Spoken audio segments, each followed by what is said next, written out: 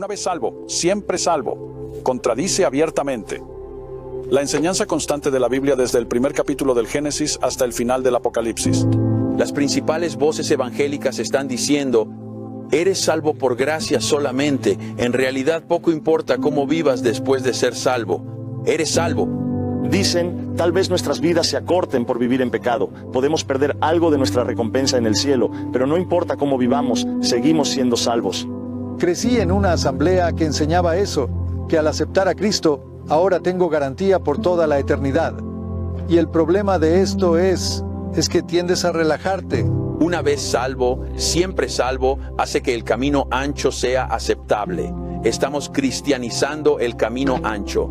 Hemos cortado toda la idea de la vida transformada, la hemos cortado desde la raíz. Creo que esto explica en gran parte la hipocresía en la iglesia estadounidense y en gran parte de la iglesia de todo el mundo hoy en día, pues hay muchos que viven como hipócritas, pues se les ha enseñado que no tienen que vivir vidas santas, es decir, estamos hablando del cielo y del infierno, estamos hablando de la vida eterna. No se acaba hasta que se acaba. No se debe juzgar la vida de un cristiano antes de morir. La noción de que puedes ser perdonado, reconciliado y limpiado y vivir una vida de pecado sin arrepentimiento y ser un hijo de Dios es totalmente contrario a lo que dicen las Escrituras y algo que fue desconocido en la historia de la iglesia.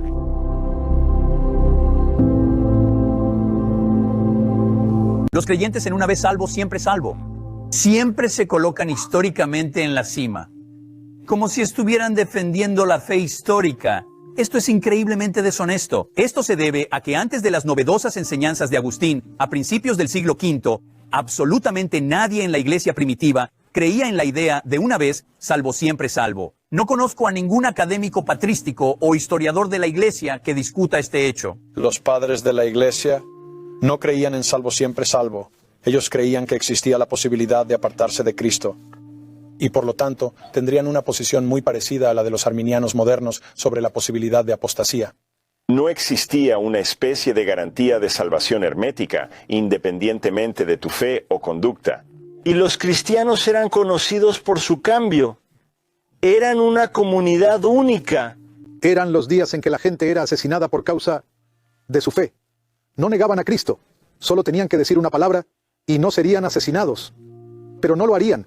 Eran tan fieles, y tales personas entendían la doctrina mucho mejor que nosotros que hoy vivimos en tanta comodidad. La primera generación de cristianos después de los apóstoles estaba en una posición única para hacer una declaración audaz que ninguna generación de cristianos desde entonces ha sido capaz de hacer. Esta es la fe que nos fue entregada por los apóstoles. De hecho, la primera generación de estos cristianos fue discipulada personalmente por los apóstoles. Hombres como Clemente de Roma, Ignacio y Policarpo. Ellos habían heredado una Biblia que enseñaba a la gente a creer y a obedecer. No conocían otro camino en la iglesia primitiva que la fidelidad a largo plazo. Los padres de la iglesia temprana realmente advirtieron contra la idea de una vez salvo, siempre salvo, ya que esa doctrina no estaba en las iglesias cristianas de entonces, estaba con los gnósticos. Los gnósticos eran herejes que negaban que el Dios del Antiguo Testamento es el mismo que el del Nuevo Testamento. También creían que nuestra carne era inherentemente corrupta. Además, negaban que Jesús había venido en carne.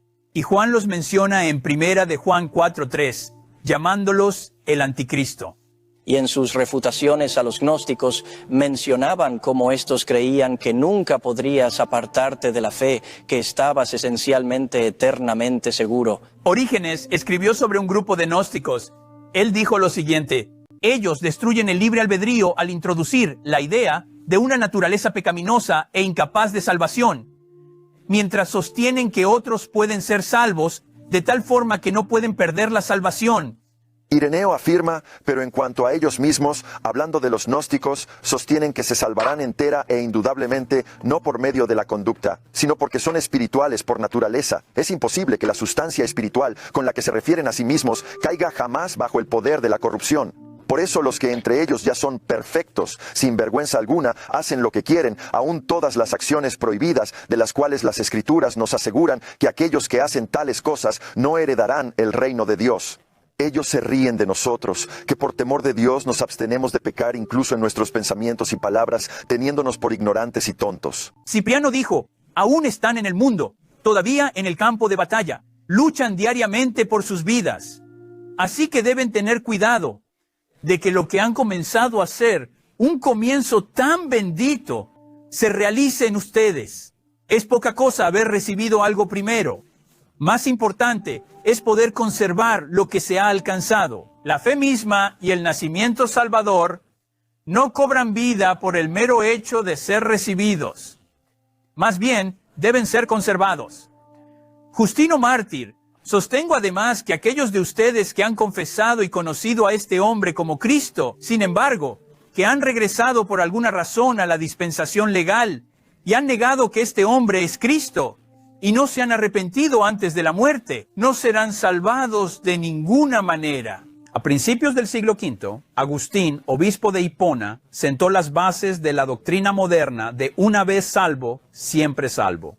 Llegamos entonces a Agustín de Hipona, que comienza como los padres que le precedieron y luego evoluciona hacia algo mucho más parecido a lo que hoy llamaríamos calvinismo. Agustín es la gran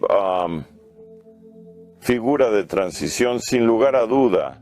Al principio, Agustín no era alguien que afirmara la seguridad eterna. Al principio enseñó el libre albedrío en sus primeros años de cristiano, pero en su cristianismo posterior comenzó a negar el libre albedrío. Agustín fue un gnóstico maniqueo durante unos 9 o 10 años de su vida antes de convertirse en cristiano profesante y acabar siendo el teólogo más popular de la Iglesia Católica Romana. Ahora bien, a principios del siglo V, un monje británico llamado Pelagio criticó una declaración que Agustín había hecho en sus confesiones. Agustín había declarado a Dios: concede lo que ordenas y ordena lo que deseas. Bien, esto hizo parecer que todo en nuestra obediencia proviene de Dios y nada viene del hombre. Y en lugar de admitir que había exagerado las cosas en sus confesiones, giró 180 grados en la dirección opuesta de la fe histórica y declaró que el hombre no puede hacer absolutamente nada para su propia salvación. Dijo que cada parte de nuestra salvación proviene de Dios, de nuestra fe inicial, nuestra obediencia y nuestra resistencia hasta el final. Agustín giró el péndulo en la dirección opuesta, más en la dirección de su gnosticismo maniqueo, que tenía la visión de que había elegidos entre los maniqueos, y los elegidos, ya saben, una vez salvos, siempre eran salvos. Ellos perseverarían en la fe maniquea, que no era cristiana en absoluto. Esta resurrección de la enseñanza gnóstica por Agustín debería haber impactado a la Iglesia, pero Agustín escribió en latín, y gran parte de lo que dijo nunca fue leído por los cristianos de habla griega del este, por eso nunca adoptaron su teología. Su impacto podría haber sido mucho menor si no hubiera existido mucho más tarde un agustiniano llamado Martín Lutero. Durante la Reforma del siglo XVI, tienes a Lutero que cree como los padres de la Iglesia en esto. Él cree que es posible caer en apostasía. Él realmente se opone a la doctrina de una vez salvo, siempre salvo, pero creía que había personas elegidas que recibirían el don de la perseverancia. Su idea de perseverancia se parece igual a la de Agustín, que no podemos tener certeza en esta vida de que se nos dará el don de la perseverancia hasta que lleguemos a morir. Para Lutero existía la advertencia de condenación final para aquellos que se apartaron y abandonaron la fe. Es increíble. Tienes la doctrina de una vez salvo, siempre salvo, repudiada por la Iglesia primitiva. En los primeros 3 siglos de la historia de la Iglesia, Agustín la recogió de los gnósticos y la introdujo en la Iglesia, pero solamente enseñando que los elegidos entre los salvados perseverarán y nadie sabe quiénes son. Y finalmente llega Juan Calvino. Creo que Calvino es uno que lo lleva aún más lejos. Supongo que por eso lo llamamos calvinismo y no luteranismo. Una vez salvo, siempre salvo, como lo conocemos hoy, proviene de Juan Calvino y sus seguidores. Escribió su obra de teología sistemática titulada Institutos de la Religión Cristiana, que se basa en gran medida en las enseñanzas de Agustín. Calvino afirma que toda su teología podría sistematizarse con solo citar las enseñanzas de Agustín. La gran diferencia entre Calvino y Agustín es que Agustín decía que no podemos saber con certeza hasta que muramos, que somos elegidos. Calvino enfatizó que hay claras indicaciones en esta vida. Pero fue Calvino quien tomó esa idea de que a los elegidos se les dio el don de la perseverancia y afirmó que todos los cristianos, quienes vengan a Cristo y lo reciban, tienen el don de la perseverancia y serán finalmente, irrevocablemente e inevitablemente salvos. Así que Calvino se apartó de la tradición que le precedió. Él incluso se apartó de lo que otros líderes de la Reforma enseñaban, pero después de él, los bautistas, la mayor parte de ellos, yo soy bautista del libre albedrío, pero la mayor parte de ellos difieren con él de la tradición cristiana. La tradición reformada presbiteriana difiere con Calvino de la corriente principal de la tradición cristiana. Pero cuando miras el resto del cristianismo hoy, no creen en la salvación eterna ni en la perseverancia de los santos. La mayoría de los cristianos en Norteamérica o en otros lugares no apoyan la idea de la seguridad eterna. Eso no forma parte de su ADN. La denominación metodista, que es la segunda mayor en Norteamérica, es la Iglesia Metodista Unida. Tienes al movimiento de restauración como discípulos de Cristo, la Iglesia de Cristo. Ellos no son calvinistas. En los círculos carismáticos pentecostales, nosotros sostenemos la idea de que puedes perder tu salvación. En el movimiento anabautista se cree casi uniformemente que existe una posibilidad de que un verdadero creyente apostate de la fe. Sería extraño acusar a los luteranos, incluso, o a los episcopales, de ser calvinistas. Así que la inmensa mayoría de los cristianos no creen en la idea de una vez salvo, siempre salvo. Esto nunca ha significado perfección total o ser sin pecado. Siempre ha significado fidelidad.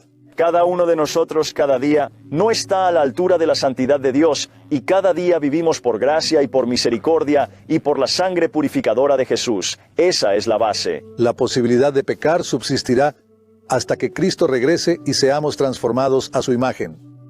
Primera de Juan 2:1 es la respuesta a eso. Si alguien peca, inmediatamente nos dice que hay posibilidad de que peques. Pero tienes un abogado con el Padre, Jesucristo el justo. Si pecas, puedes acercarte al trono de la gracia con confianza. Esa es la diferencia entre caer en la tierra y revolcarse en ella. En mis 30 años con Dios he tropezado, pero el Espíritu de Dios me levantó rápidamente. Me equivoco a veces, soy descuidado, inmediatamente. Mi conciencia me reprende. Digo, Señor, por favor, perdóname. Y tomo ese pecado más en serio porque no quiero herir a mi Señor. Reconocer que los creyentes fallarán como fallaron los propios seguidores de Jesús en los evangelios es un entendimiento crucial de la vida cristiana. Tendremos días buenos y días malos, pero el patrón de nuestra vida con el tiempo es la fidelidad y un crecimiento constante. ¿Usted esperaría que su hijo se mantuviera siempre al mismo nivel? Física, intelectualmente, en todo aspecto, pero haciendo siempre las mismas tonterías. Queremos que ellos crezcan. Usted estaría decepcionado si su hijo no está creciendo emocional, intelectual y físicamente en todos los sentidos. Así es la vida cristiana, de gloria en gloria. Esa es la voluntad de Dios para nosotros. ¿Sabían ustedes que existen más de 80 pasajes en el Nuevo Testamento que advierten a los cristianos que no pierdan lo que tienen en Cristo? Hay 80. Y la mayoría de ellos son ignorados o pasados por alto o no son predicados, pero son serios. Hay muchas advertencias en el Nuevo Testamento sobre la posibilidad de apostasía. Es consistente a través de los evangelios, las epístolas. Es consistente a través de toda la Biblia. En su libro, Grandes Temas Bíblicos, Louis Sperry Chafer, un firme defensor de la doctrina de una vez salvo, siempre salvo, hace esta declaración. Hasta 85 pasajes son enumerados por aquellos que sostienen el punto de vista arminiano como base de la doctrina de la seguridad condicional. Así que él reconoció el peso de las Escrituras sobre la seguridad condicional. Tenemos pasajes de advertencia en Santiago, Pedro y Juan. Es muy difícil pensar en cualquier documento del Nuevo Testamento que no refute una vez salvo, siempre salvo.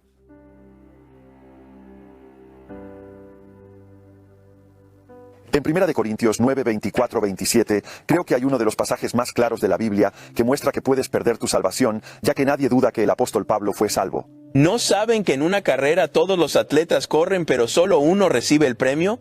Corran, pues, para obtenerlo. Todo atleta se disciplina en todo. Ellos lo hacen para recibir una corona perecedera, pero nosotros una imperecedera. Así que no corro sin rumbo, no boxeo como quien golpea al aire. Disciplino mi cuerpo y lo mantengo bajo control. No sea que, después de predicar a otros, yo mismo quede descalificado. Descalificado, fuera de la carrera. No se trata de llegar segundo o tercero. Descalificado. Es sorprendente porque empleó la palabra adóquimos en otros momentos al hablar con los corintios. Y él afirma en 2 Corintios capítulo 12, advierte en el versículo 21 de los que aún no se han arrepentido de su inmoralidad sexual, su pecado y etc. Y les advierte que deben examinarse a sí mismos. En el capítulo 13, versículo 5 dice, examínense a sí mismos, pruébense a sí mismos para ver si están o no en la fe. A menos que estén adóquimos. Usó exactamente la misma palabra griega. Él define adóquimos como estar sin Cristo, como ya no estar en la fe. Bien, este es el gran apóstol Pablo que fue llevado al tercer cielo y plantó iglesias y escribió escrituras. ¿Qué dice de sí mismo? Si alguna vez hubo una persona que merecía ir al cielo porque sirvió al Señor, ese es Pablo. Pero él dice, yo disciplino mi cuerpo, verso 27.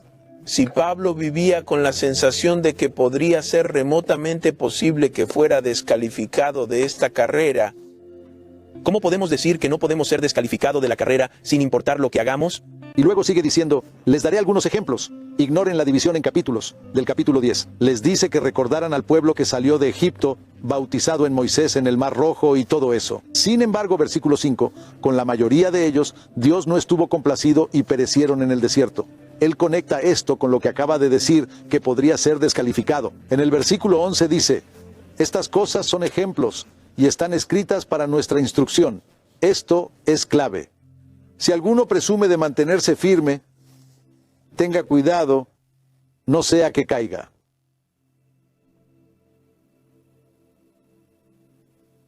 Considera con mucho cuidado la bondad y la severidad de Dios, severidad hacia los que cayeron, pero para ti, bondad de Dios, si permaneces en su bondad.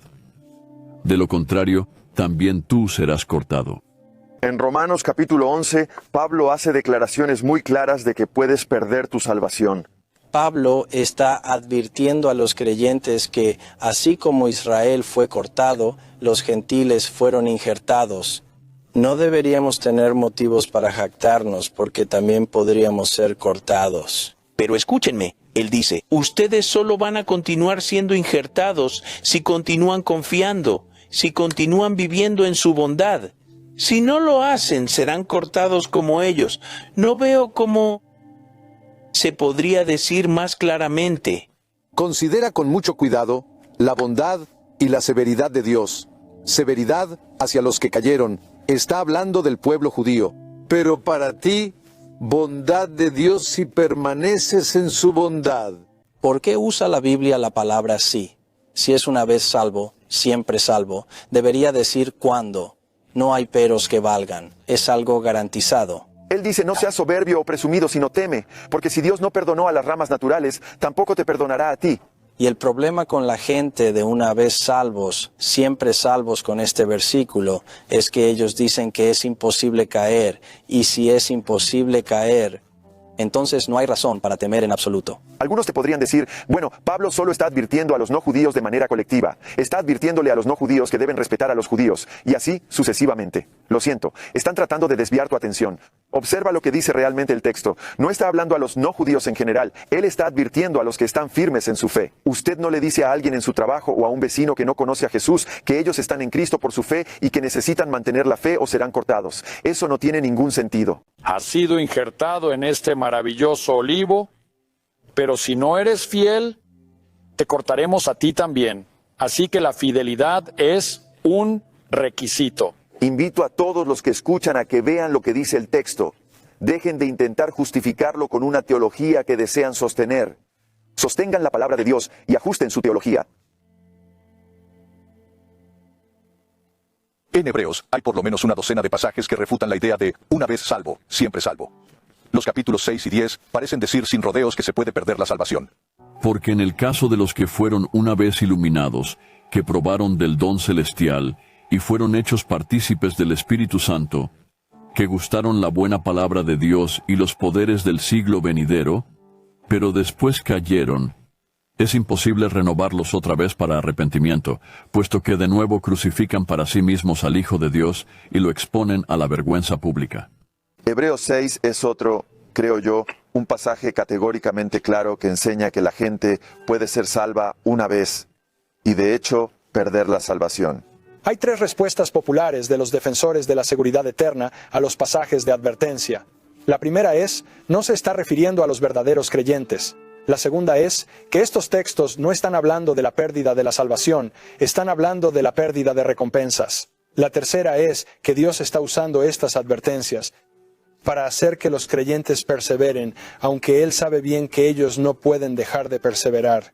El libro de Hebreos está claramente escrito para los cristianos. Eso está claro en cada una de las páginas del libro de Hebreos. Es muy complicado afirmar que alguien que ha sido iluminado, ha probado el don celestial, ha sido partícipe del Espíritu Santo y ha sido santificado por la sangre de Cristo, y es un hermano. Es difícil afirmar que esas personas nunca han sido genuinamente convertidas. No creo que haya forma de evitar que esto sea un texto sobre la apostasía, porque aunque se usa la palabra gustó, en realidad significa experimentó. El mismo libro dice que Cristo gustó la muerte. Eso no significa que gustó un poco la muerte, significa que murió. Dice que recibieron el Espíritu Santo. La palabra griega usada allí es la misma usada en Hebreos 3:1 de los hermanos santos que recibieron el llamamiento celestial. ¿Recibieron el llamamiento celestial o no? Hebreos 6:4. Fueron iluminados, probaron del don celestial que es definitivamente nacer de nuevo. Y ellos fueron hechos partícipes del Espíritu Santo. Jesús dijo, el mundo no puede recibir al Espíritu. Pablo dijo, el hombre natural no recibe las cosas del Espíritu, pero ellos sí habían recibido el Espíritu. Dice que es imposible renovarlos de nuevo al arrepentimiento. ¿Otra vez al arrepentimiento? Otra vez significa que ya se habían arrepentido inicialmente. Incluso escribe al final en Hebreos 13, donde se refiere a la práctica regular de la fe cristiana que ellos están realizando en Roma. Así que no les está escribiendo a los no cristianos. Versículo 6. Pero después cayeron. Es imposible renovarlos otra vez para arrepentimiento, puesto que de nuevo crucifican para sí mismos al Hijo de Dios y lo exponen a la vergüenza pública. La idea de que podría ser imposible recuperarnos nos recuerda Proverbios 29. Alguien que ha sido reprendido y se ha endurecido después de tantas reprimendas puede llegar al punto de estar quebrantado sin ninguna posibilidad de cambiar. Ese es un pasaje aterrador. Cada día que pecas es un día que te vas acercando más y más a ese punto de reprobación. No puedes seguir viviendo de una manera que le hace daño, que le crucifica de nuevo. No lo puedes hacer. Piénsalo así. Cada pecado es un pecado por el cual Jesús tuvo que morir. ¿Cómo podrías adoptar una actitud de indiferencia ante tu pecado, una vez que sabes que ayudaste a crucificar a Cristo? Esa es la razón por la cual en Hebreos se nos dice que el apóstata volvía a crucificar a Cristo a través de los pecados que cometía al rechazar y alejarse de Él.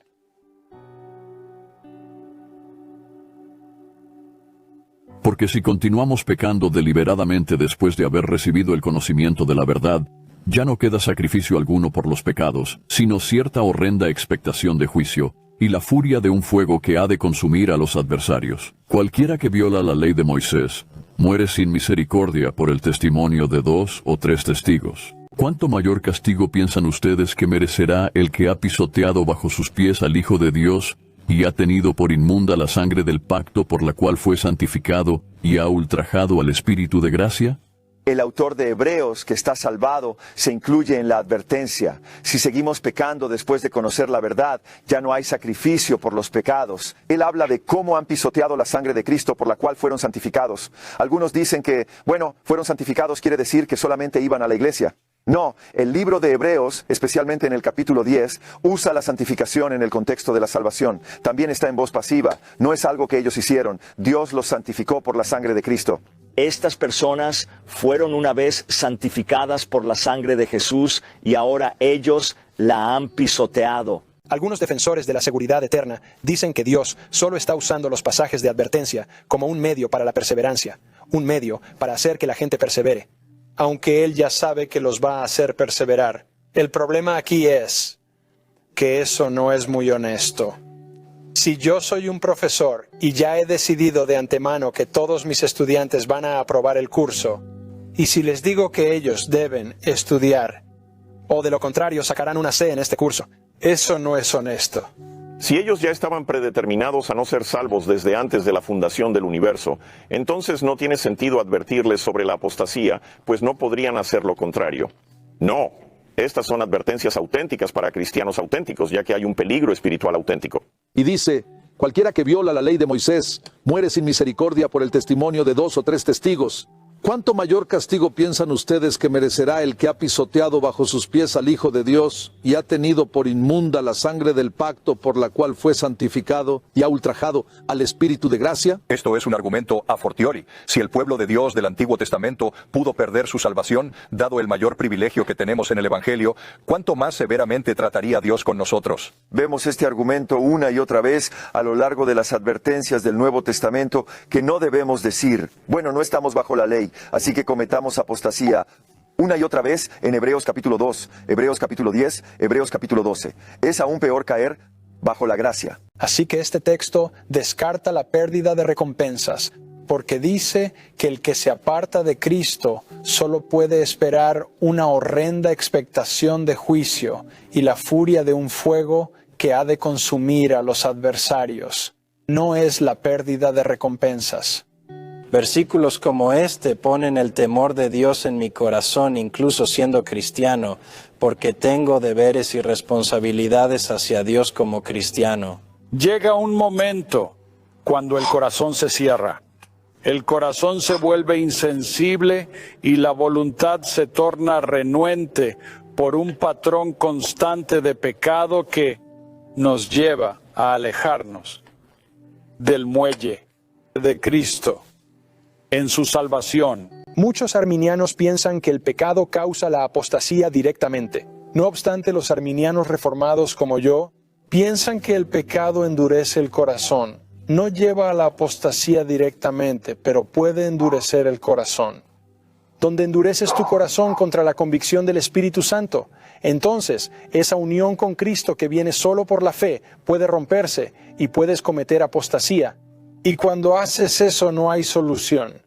Me inclino a creer que aquellos que se preocupan por si han cometido el pecado de apostasía están seguros. ¿Quién dice que es imposible renovarse en el arrepentimiento? No todos los que se apartan. Las Escrituras son muy claras que las ramas fueron rotas. Romanos 11 pueden ser injertadas otra vez. Santiago 5 dice que si traes a uno que se ha apartado de la verdad, salvarás un alma de la muerte y cubrirás una multitud de pecados. El hijo pródigo regresó y estaba perdido, pero ahora ha sido hallado. Estaba muerto, pero ahora está vivo. Eso está en todas las Escrituras. Creo que la Biblia, versión estándar internacional, lo expresa muy bien, porque destaca el participio presente mientras continúan crucificando al Hijo de Dios de nuevo. Si la gente está empeñada en ir al infierno y rechaza a Jesús, el autor de Hebreos advierte que puedes endurecer tu corazón en el capítulo 3 y alejarte de Dios sin oír su voz.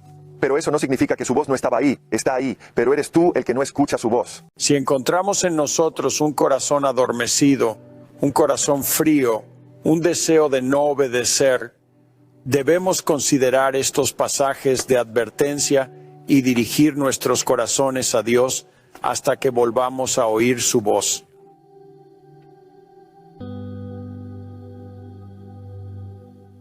Mira el segundo capítulo de Pedro. Aquí hay una fuerte afirmación sobre la posibilidad de que un creyente se pierda. Porque si después de haber escapado de las contaminaciones del mundo, por el conocimiento de nuestro Señor y Salvador Jesucristo, de nuevo son enredados en ellas y vencidos, su condición postrera viene a ser peor que la primera, pues hubiera sido mejor para ellos no haber conocido el camino de la justicia, que habiéndolo conocido, apartarse del santo mandamiento que les fue dado. Pedro dice que hubiera sido mejor para ellos no haber conocido nunca el camino de la justicia que haberlo conocido y haberse apartado. Esto habla de alguien que pierde su salvación. Se menciona el camino justo. ¿Qué es el camino justo? Jesús dice, yo soy el camino, la verdad y la vida.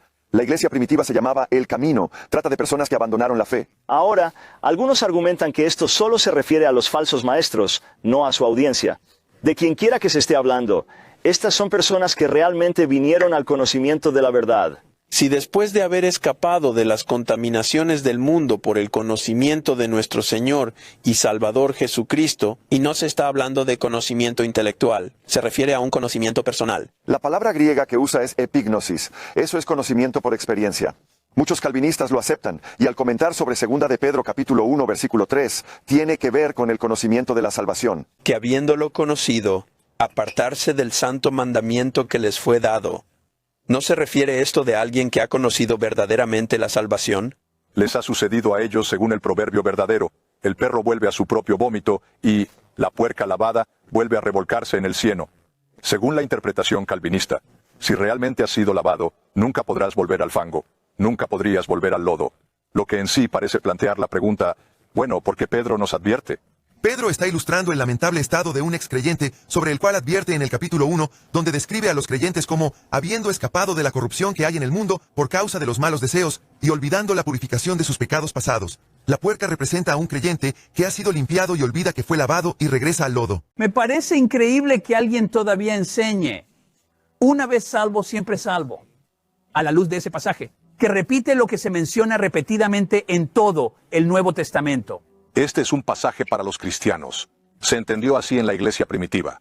Y esto es consistente con la enseñanza de Jesús recogida en los Evangelios y en la enseñanza apostólica contenida en todo el Nuevo Testamento.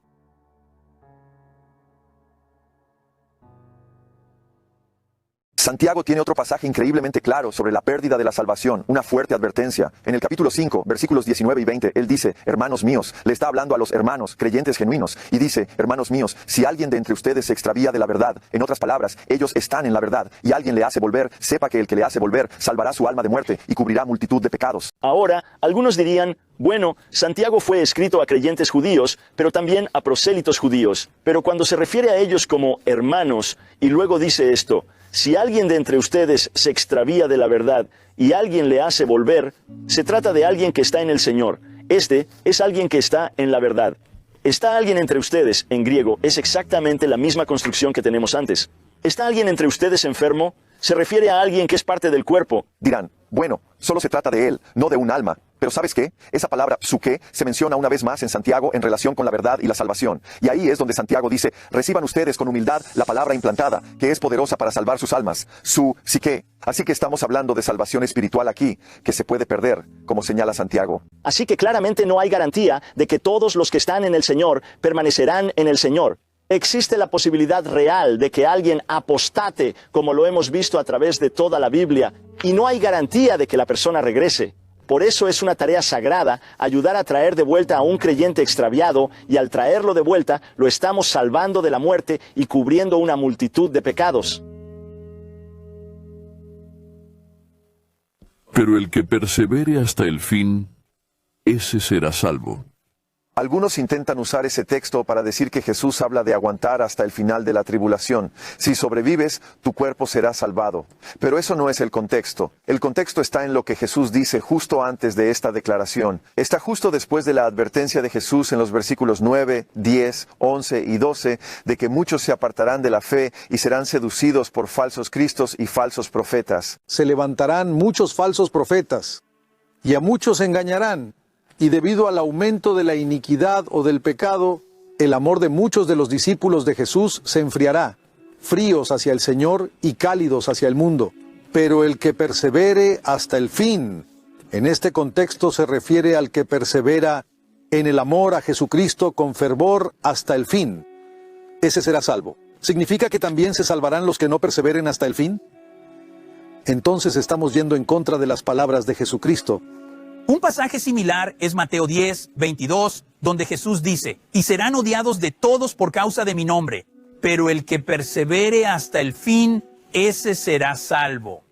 Aquí Jesús está hablando a discípulos creyentes, personas que ya han sido salvadas, y nos está alertando sobre la persecución y las pruebas que enfrentaremos como discípulos suyos. Sin embargo, nos advierte que debemos perseverar fielmente hasta el fin para ser salvos. En esa misma enseñanza de Jesús, él dice, si me niegas delante de los hombres, yo te negaré delante del Padre que está en los cielos. No temas al hombre que puede matar tu cuerpo, sino a Dios que puede destruir tu cuerpo y tu alma en el infierno. Jesús nos está dando advertencias salvíficas. Es importante que lo entendamos.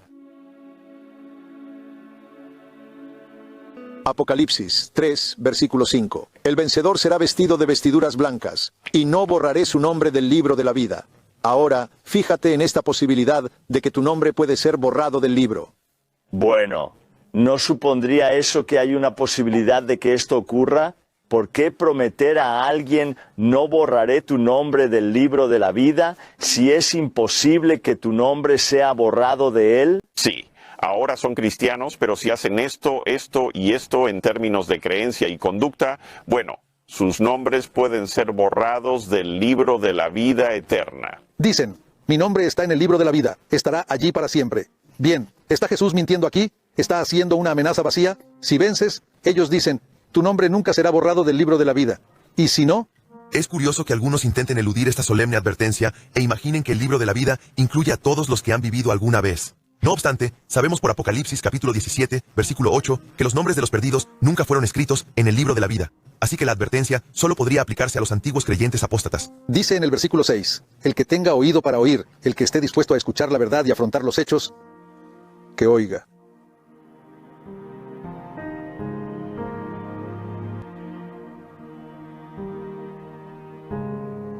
En él también ustedes, después de escuchar el mensaje de la verdad, el evangelio de su salvación, y habiendo creído, fueron sellados en él con el Espíritu Santo de la promesa, que nos es dado como garantía de nuestra herencia, con miras a la redención de la posesión adquirida.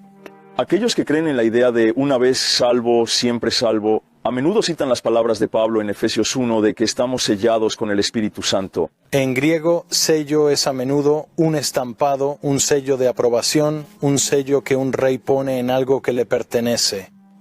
Y los sellos pueden romperse, los estampados pueden borrarse. Todos en el mundo de Pablo sabían que los sellos podían romperse. Había sellos en ánforas, jarras de vino, había sellos en documentos. Lo mismo ocurre con la palabra arras, que desafortunadamente a veces se traduce como garantía. Bueno, garantía.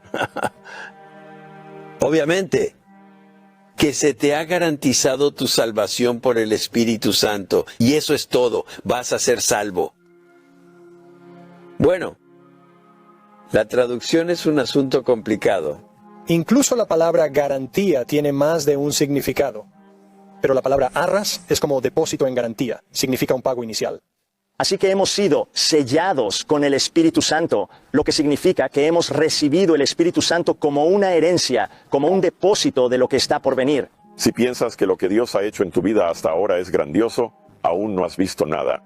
El Espíritu Santo es solo la, por así decirlo, primera cuota de la obra de Dios en tu vida y hacia donde todo esto se dirige. La maravillosa declaración de Pablo sobre el Espíritu Santo como un sello, como un anticipo, nos permite a nosotros hacer una distinción entre la certeza y la seguridad eterna.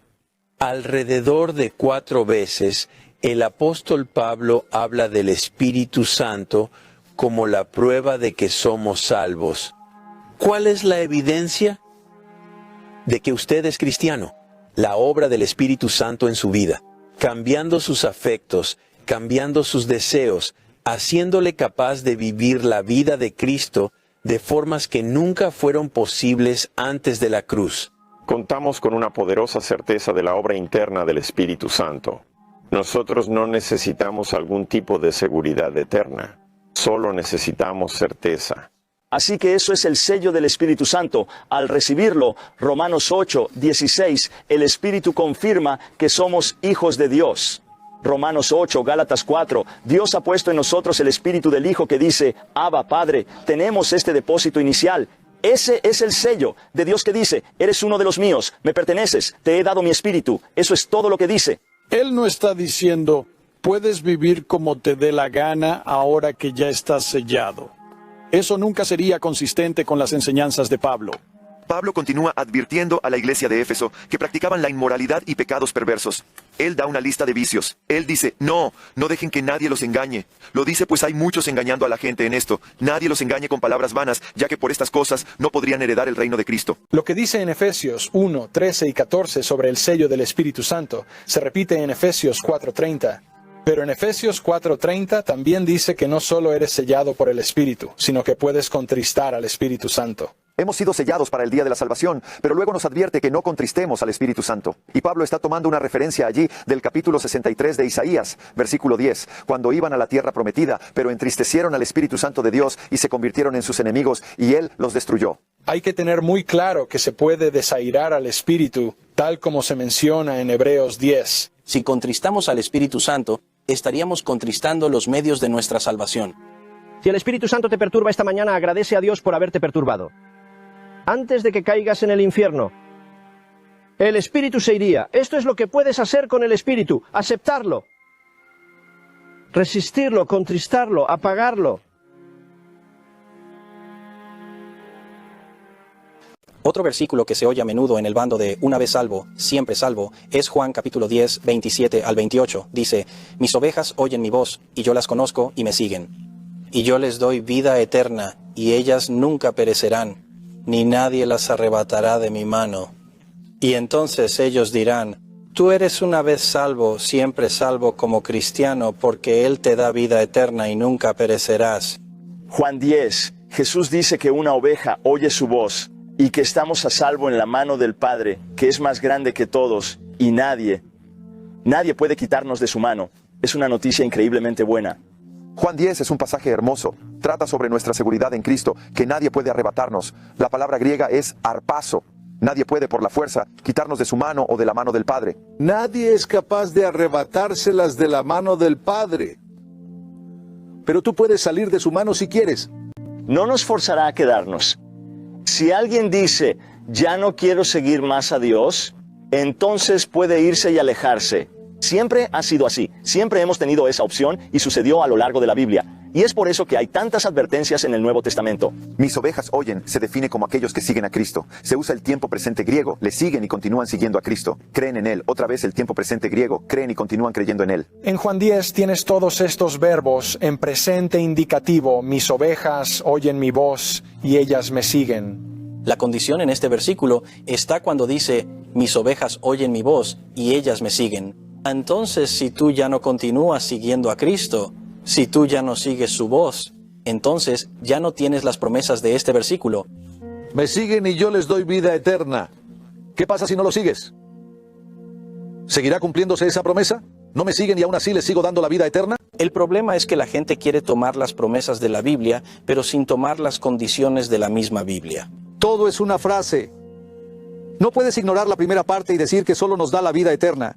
Aquellos que me sigan, oigan mi voz y me sigan, no perecerán jamás. Las Escrituras son muy claras en cuanto a que una oveja puede endurecer su corazón. De hecho, Jesús se dirige a las ovejas en Lucas 12. Dice, manada pequeña, se dirige al rebaño de ovejas y les advierte que deben ser como el buen siervo que reparte alimento a su tiempo. Pero dice que si ese siervo, la misma oveja, va y golpea a los siervos y se embriaga, será cortado y arrojado juntamente con los incrédulos. Apocalipsis 21:8 dice que los incrédulos van al lago de fuego. Eso es malo. Las Escrituras advierten que puedes endurecer tu corazón como oveja y ya no oír su voz. Así que, según entiendo las Escrituras, podemos saber que sabemos que somos salvos. Podemos tener absoluta confianza en el poder guardador de Dios, pero las advertencias son reales. Pero veo otra ley en los miembros de mi cuerpo, que hace guerra contra la ley de mi mente, y me hace prisionero de la ley del pecado que está en mis miembros. Miserable de mí, ¿quién me libertará de este cuerpo de muerte? Romanos 7 ha sido un pasaje controvertido durante 2 milenios. Y la gran pregunta, ¿está hablando el apóstol Pablo en esos pasajes de la vida normal de un creyente que hace las cosas que odia y las cosas que quiere hacer no las hace? ¿Y que uno vive este tipo de vida esquizofrénica y luego reconoce que solo es un miserable pecador salvado por la gracia? Romanos 8:1 dice, no hay condenación. ¿Esa es la forma de leerlo? ¿O está Pablo hablando de la vida bajo la ley antes de conocer al Señor? La iglesia primitiva lo entendió correctamente. Durante los primeros siglos de la historia de la iglesia, entendieron que el apóstol Pablo estaba hablando de sí mismo antes de ser salvo. De hecho, no fue hasta que Agustín introdujo en la iglesia la idea de que Pablo se refería a sí mismo como alguien salvo, pero viviendo una vida inmoral. Lo que quiere hacer, no lo puede hacer, y lo que no quiere hacer, lo acaba haciendo y es esclavo del pecado. ¿De veras es así como Pablo suena a lo largo de todo el resto del Nuevo Testamento? Absolutamente no. No existe nada en ninguna de las otras cartas de Pablo que suene ni remotamente como Romanos 7, como modelo o incluso como una experiencia común en la vida cristiana. Por esta razón, solo por esta razón, debemos ser muy cuidadosos con aquellos que piensan que Romanos 7 describe la lucha típica de un cristiano común en su intento de vivir la vida cristiana. Yo personalmente me duele cuando oigo a un destacado predicador cristiano decir que Romanos 7 describe la vida normal del cristiano. Que sí, amamos a Jesús, pero somos incapaces de resistir el pecado. Gracias a Dios hay algunos calvinistas que no están de acuerdo con ese punto de vista. Douglas Moe, por ejemplo. Joe Coma. ¿Por qué otros calvinistas dicen que Pablo está definitivamente en un estado perdido antes de encontrar a Cristo? Mi respuesta es esta. ¿Por qué no ponemos esto como un gran signo de interrogación? Y revisemos lo que dice Romanos 6 y Romanos 8, es decir, los pasajes que rodean a Romanos 7. Uno de los grandes desastres de la Iglesia es haber separado los capítulos 6, 7 y 8. Estos deben ser leídos juntos. Romanos 6 es bastante explícito. Hemos muerto al pecado en el bautismo. Hemos sido sepultados con el Señor y resucitados a la vida. No podemos continuar en el pecado. Pablo es muy claro en Romanos 6, 11, Romanos 6, 14. No dejen que el pecado tenga dominio sobre ustedes. Pablo clama a Jesús y dice, al final de Romanos 7, ¿quién me salvará de este cuerpo de muerte? Pero cuando vas al capítulo 8, Jesús es el que le da la liberación. El capítulo 8 provee una asombrosa y gloriosa victoria del cristiano sobre este tipo de tentaciones. Reciben, como lo hizo Jesús, el Espíritu Santo para guiar sus caminos y empoderarlos para hacer lo que Dios les llama a hacer en esta vida. En Romanos capítulo 8, los primeros versículos, leemos que la ley de la vida y del Espíritu le dio la victoria sobre la ley del pecado y de la muerte. Ahora Él está bajo el nuevo pacto, no en Romanos 7. ¿Es posible que por nosotros mismos derrotemos al pecado? Para mí, no. Pero el Espíritu Santo en mí puede.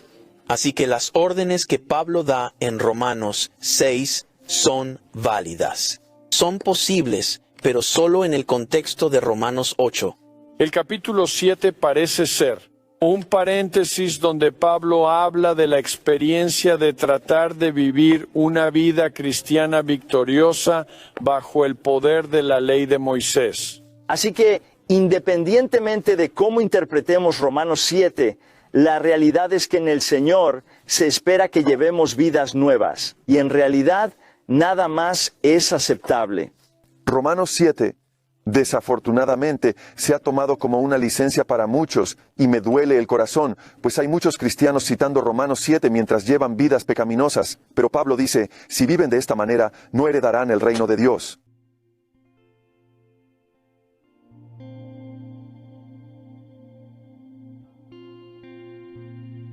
A quienes predestinó también llamó. A quienes llamó también justificó. Y a quienes justificó también los glorificó. Un pasaje que me encanta de la Biblia y que muchos cristianos adoran es Romanos 8, 28 al 39. Dice que sabemos que todas las cosas cooperan para bien, para aquellos que aman a Dios y son llamados según su propósito. Luego continúa hablando de esos propósitos eternos. A quienes conoció de antemano, también predestinó. A quienes predestinó, llamó. A quienes llamó, justificó. A quienes justificó, los glorificó. Los calvinistas en realidad llaman a esto la cadena de oro, que incluye a los llamados hasta la glorificación. Coincido con John Wesley, quien dijo que Pablo no afirma que todos los llamados son justificados, ni que todos los justificados son glorificados. Él muestra cómo Dios opera en la salvación. Pablo no afirma, ni aquí, ni en ninguna otra parte de sus escritos, que exactamente el mismo número de hombres sean llamados, justificados y glorificados. No niega que un creyente pueda caer y ser cortado entre su llamamiento especial y su glorificación. Romanos 11, 22. Solo afirma que este es el método por el que Dios nos conduce paso a paso hacia el cielo.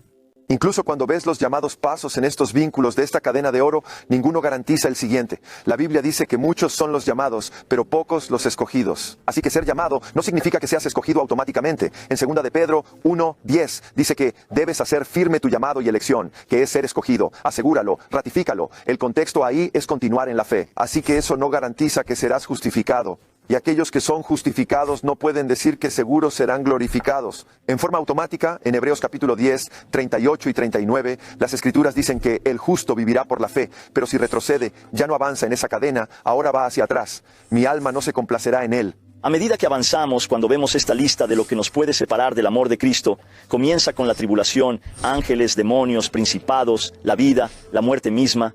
No hay nada fuera de ti que te pueda apartar. Hay algo más que falta en esa lista.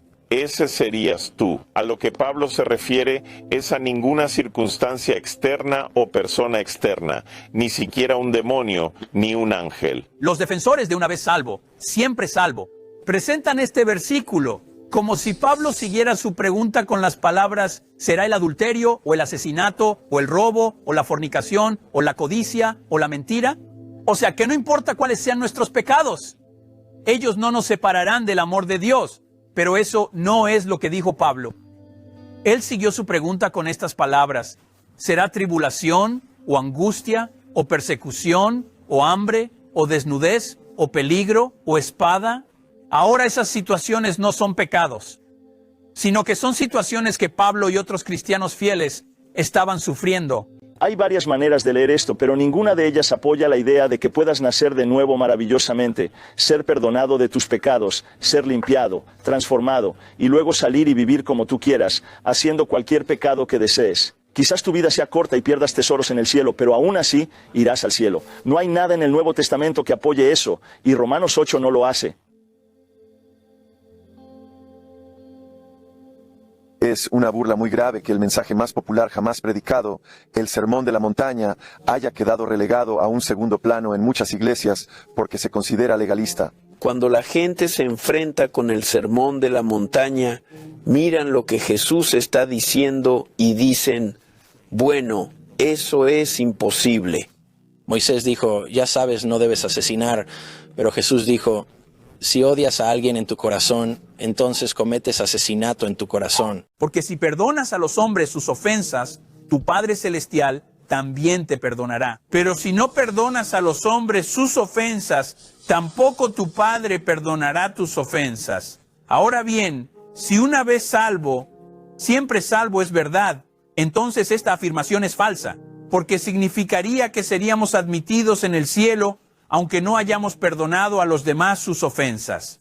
Jesús enseña sobre el divorcio y el nuevo matrimonio allí, enseña sobre vivir una vida santa, enseña sobre no caer en adulterio y lo serio que es. Hay pasajes que advierten sobre la idea de una vez salvo, siempre salvo. Muchos no les gusta el Sermón del Monte y dicen que no es para la iglesia. Y luego dirán, la prueba de ello está en Mateo, cuando Jesús dice, sean perfectos como su Padre que está en los cielos es perfecto. Bueno, es obvio que ninguno de nosotros puede ser tan perfecto como Dios, dirán ellos. Así que obviamente Jesús no pretende que vivamos de esa manera. Oímos esto. Ustedes sean perfectos como su Padre Celestial es perfecto. ¿Pero de qué está hablando aquí? Me gusta decir que un texto fuera de contexto no es más que un pretexto para justificar lo que uno quiera que signifique. Mateo 5 no termina con sean perfectos como resumen de Mateo 5 del 17 al 48, sino como una cristalización del amor de Dios por todas las personas que se ve en el sol y la lluvia que cae sobre todas las personas. Él no solamente ama únicamente a aquellos que lo aman, y Él no solamente quiere únicamente a los que le quieren. Su amor es perfecto, es completo, y ese es el sentido de la palabra griega allí mencionada. Teleios significa perfecto, o maduro, o completo. Esos son los tres significados básicos de esa palabra. Cuando Pablo usa un lenguaje como este, por ejemplo, en Filipenses, en realidad está usando otro aspecto del abanico de palabras que teleios puede significar. Es decir, está hablando de crecer o de madurar en Cristo. Así que la palabra no tiene un solo significado, es decir, perfección. tiene una gama de significados que van desde meta, culminación, perfección, madurez. Y la idea de que nuestra justicia sobrepase la de los fariseos, ellos dirían, bueno, eso es imposible. Pero esto ignora las interacciones que Jesús tenía con los fariseos. Los fariseos eran discípulos de Moisés, seguían la ley de Moisés, pero por dentro Jesús dijo que no estaban limpios, que por fuera parecían justos, pero por dentro estaban sucios. Por esa razón, el cristianismo trata sobre la pureza interior. La justicia de los fariseos no era algo que fuera tan, wow, inalcanzable. Estaba por debajo del estándar mínimo de aceptación. Se suponía que los discípulos predicarían el Evangelio a todas las naciones y les enseñarían a observar todo lo que Él les mandó a seguir, que sería el Sermón del Monte. Y así es como se supone que debemos discipular a la gente. No podemos atrevernos a desechar las enseñanzas de Jesús y pretender ser cristianos neotestamentarios. Al final del Sermón del Monte, Jesús cuenta una pequeña historia que cantábamos de niños, que el hombre sabio edificó su casa sobre una roca. En realidad se trataba de una historia muy seria de Jesús, una ilustración para decir como conclusión que la persona sabia es aquel que oye sus palabras y que las pone en práctica. Es absolutamente desastroso leer el Sermón del Monte como si Jesús estuviera diciendo, esta es la intensa justicia que Dios quiere y que ustedes nunca cumplirán. No, eso no es en absoluto lo que hace Jesús. Está dirigido a personas que ya son discípulos y Jesús les dice, esto es lo que significa seguirme en el reino de Dios. Debemos ser santos. Debemos esforzarnos por alcanzar esa cualidad que nos distingue del mundo. Y eso no es una opción. Si no lo hacemos, no lo lograremos.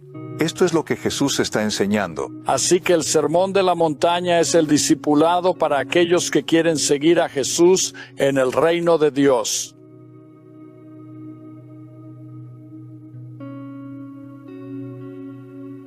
El mayor error del mensaje de la hipergracia es que en el momento en que te salvas, Dios no solo perdona tus pecados del pasado y del presente, no solo perdona quién eres y lo que has hecho, sino que en ese instante perdona cada pecado que cometerás en el futuro. Tus pecados son perdonados al ser salvado, pero tus futuros pecados no están preperdonados. Comienzas limpio, pero puedes ensuciarte otra vez. Sabemos que se nos perdonan los pecados pasados, no los futuros, porque en 2 de Pedro capítulo 1 advierte sobre aquellos que olvidan que fueron limpiados de sus pecados pasados. Esa es la razón por la que en Santiago 5, versículos 19 y 20, se dice que al traer de vuelta a un hermano que se alejó, salvarás un alma de la muerte y cubrirás una multitud de pecados. Por eso se nos dice que debemos confesar nuestros pecados, y entonces Él es fiel y justo para perdonarnos. Si la gente dice que sus pecados futuros también son perdonados, como algunos predican, entonces, 1 de Juan capítulo 1 versículo 9.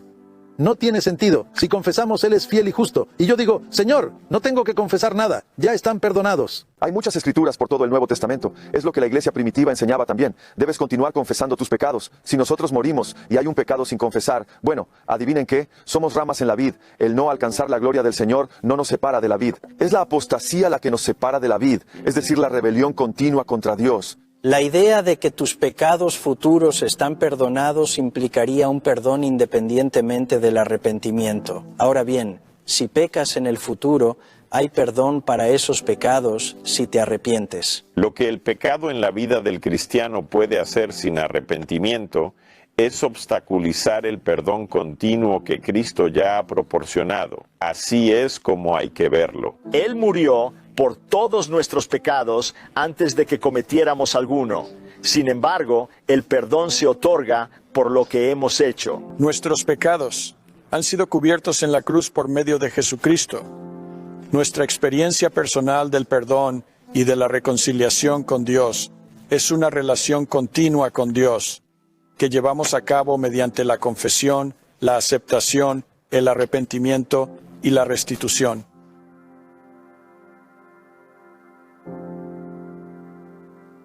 Creo que hay un verdadero falso dilema entre creer en una vez salvo, siempre salvo, o creer que uno se salva por sus obras. No existe ningún acto de justicia que yo pueda realizar que me dé un estatus o posición privilegiada delante de Dios.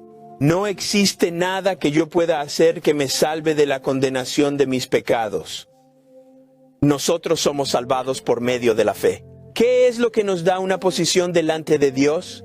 la sangre de Cristo. Nada más que la sangre de Cristo nos da una posición delante de Él. La justificación es por medio de la fe, es decir, una persona es declarada justa por Dios sobre la base del sacrificio de Cristo Jesús, por lo que Cristo ha hecho por nosotros. Así que no se trata de obtener algo de la manera tradicional, ganándolo. Nunca lo fue. La salvación es por gracia y fe verdadera. Pero aquellos que son salvos por la gracia de Dios son transformados en agentes de buenas obras en este mundo. Obviamente las buenas obras son parte del proceso de ser santificados.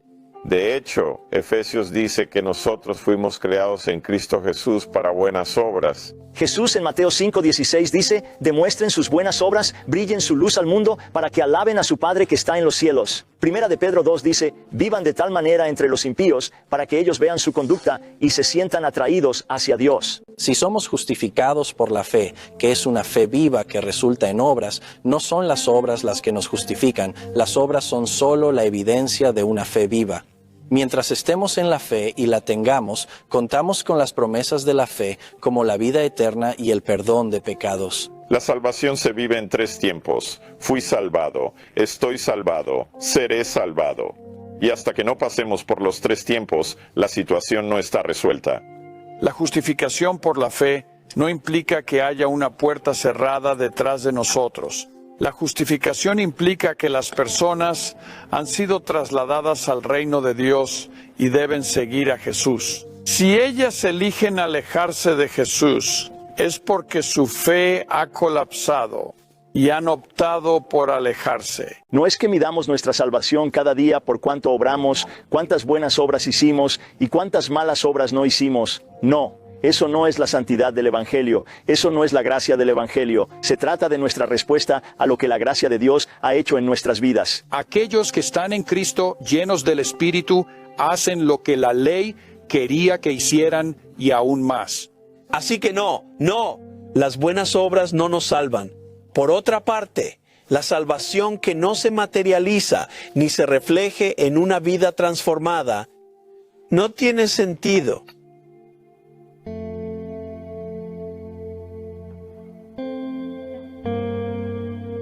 Las promesas del nuevo pacto que se mencionan en los libros de Jeremías y en Ezequiel apuntan a que va a ocurrir algo nuevo, y ese algo nuevo se expresa a veces como una presencia dinámica del Espíritu Santo de Dios. Jeremías afirma, les voy a dar un nuevo pacto, pero va a ser un nuevo pacto, porque lo voy a sacar de la piedra tallada y lo voy a poner dentro del corazón. Aquí es nuevo en su ubicación.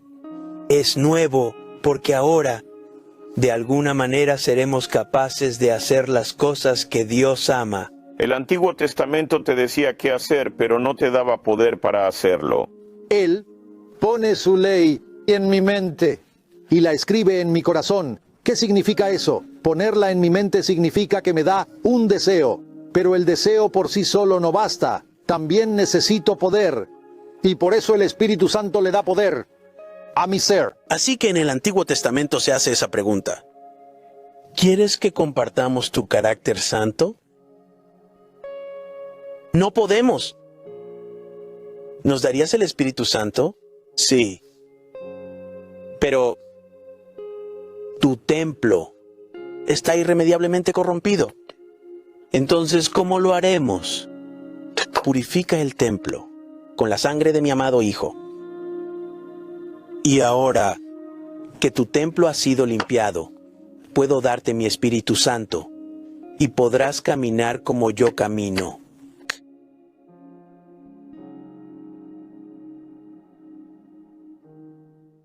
Y no teman a los que matan el cuerpo, mas no pueden matar el alma, sino teman más bien a aquel que es capaz de destruir tanto el alma como el cuerpo en el infierno.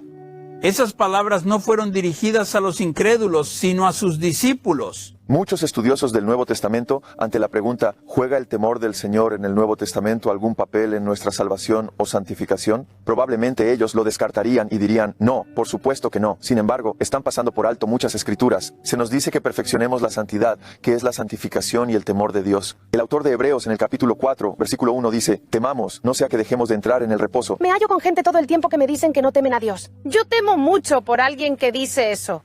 Creer en la seguridad condicional me ayudó a mantenerme en el camino recto. Me ayudó a mantener una conciencia sensible a las convicciones del Espíritu Santo. Esta doctrina de una vez salvo, siempre salvo, destruye el temor de Dios. Si nos apoyamos en su gracia y no jugamos voluntariamente con el pecado, no hay nada que temer. Si elegimos jugar con el pecado, hay mucho que temer. Veo a tantos cristianos frustrados porque intentan vivir de acuerdo a la voluntad de Dios y vivir a su manera al mismo tiempo.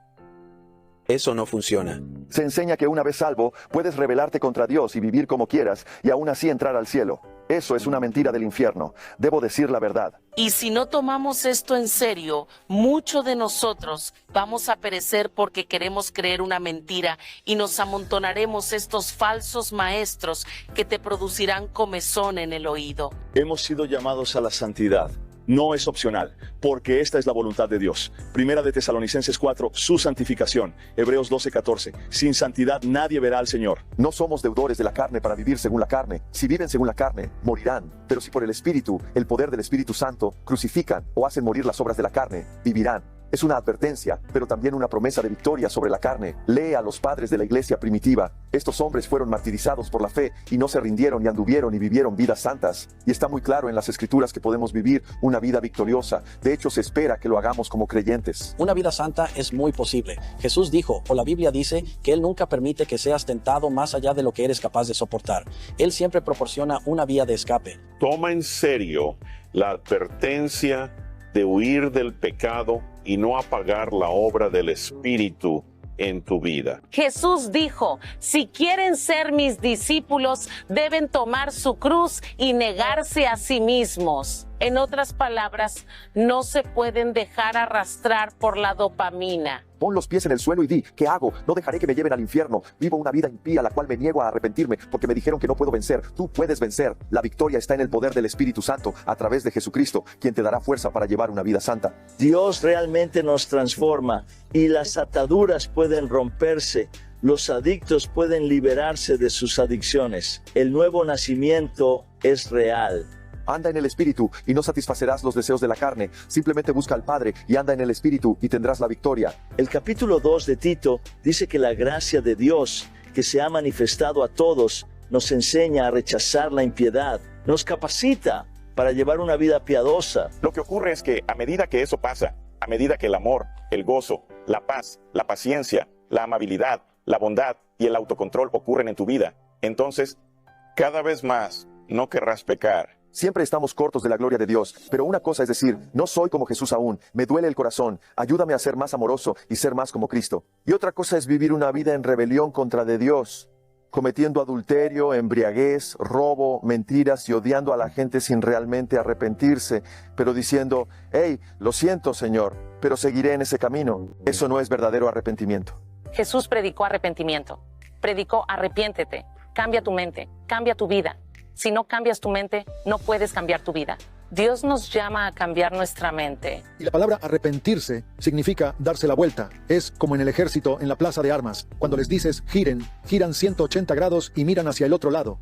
Arrepentirse es volverse al Señor Jesucristo con fe, un cambio de corazón, un cambio de mente que lleva a un cambio de estilo de vida. La palabra metanoia, arrepentimiento, significa un volverse de verdad. Y eso no tiene que ver con cómo te sientes al respecto. Puedes sentirte culpable o puede que no lo estés. Depende de lo anestesiada que esté tu conciencia. Ya no es correr por el camino ancho que lleva a la destrucción, como dijo Jesús, pero necesitas cambiar tu corazón y mente para volver a Cristo, quien es el camino, la verdad y la vida. Él es el camino angosto. A la luz de toda esta discusión acerca de una vez salvo, siempre salvo, y la posibilidad genuina de la apostasía que conduce a graves consecuencias y el juicio eterno, creo que nosotros deberíamos caer de rodillas delante de Dios por su gracia. Génesis y Apocalipsis. En resumen, Dios odia el pecado, pero nos ha dado libre albedrío. Y siempre habrá consecuencias, elijamos lo que elijamos. Al fin y al cabo, no es culpa de nadie más que la nuestra si nos perdemos el cielo. Nadie tiene excusa por no dar diligencia a lo que ya está escrito.